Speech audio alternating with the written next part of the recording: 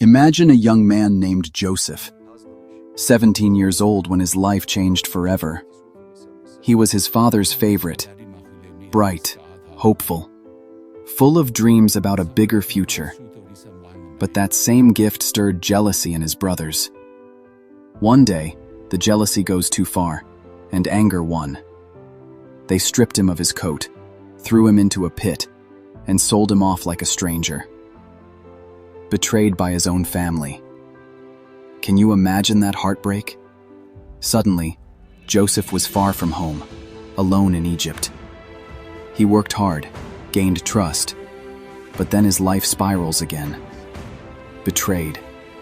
Again. False accusations landed him in prison. Forgotten. Alone. The dreams he once had must have felt so far away. The silence must have been heavy. And yet, Joseph held on. Here's the thing about resilience. Joseph doesn't give up. Even in chains, with honesty, he used his gift of interpreting dreams. He stayed faithful, steady. And one day, that gift changes everything. That very gift pulled him from the shadows into the palace. Pharaoh hears about him, calls him up, and Joseph goes from prisoner to second in command. Joseph, the dreamer, now guiding an entire nation. Years later, famine hits. Joseph's brothers, those same men who betrayed him, were driven to Egypt out of a need.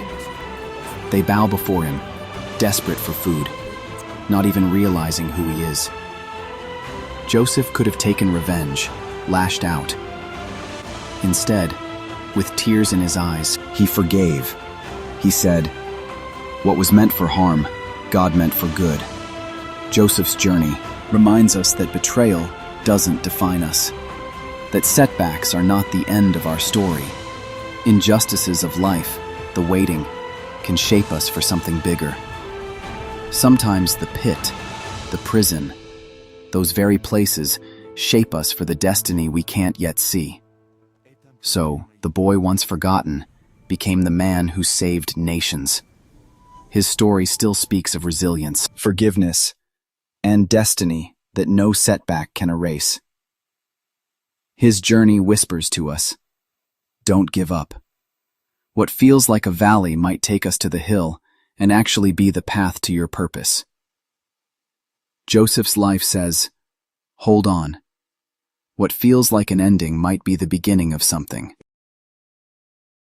greater.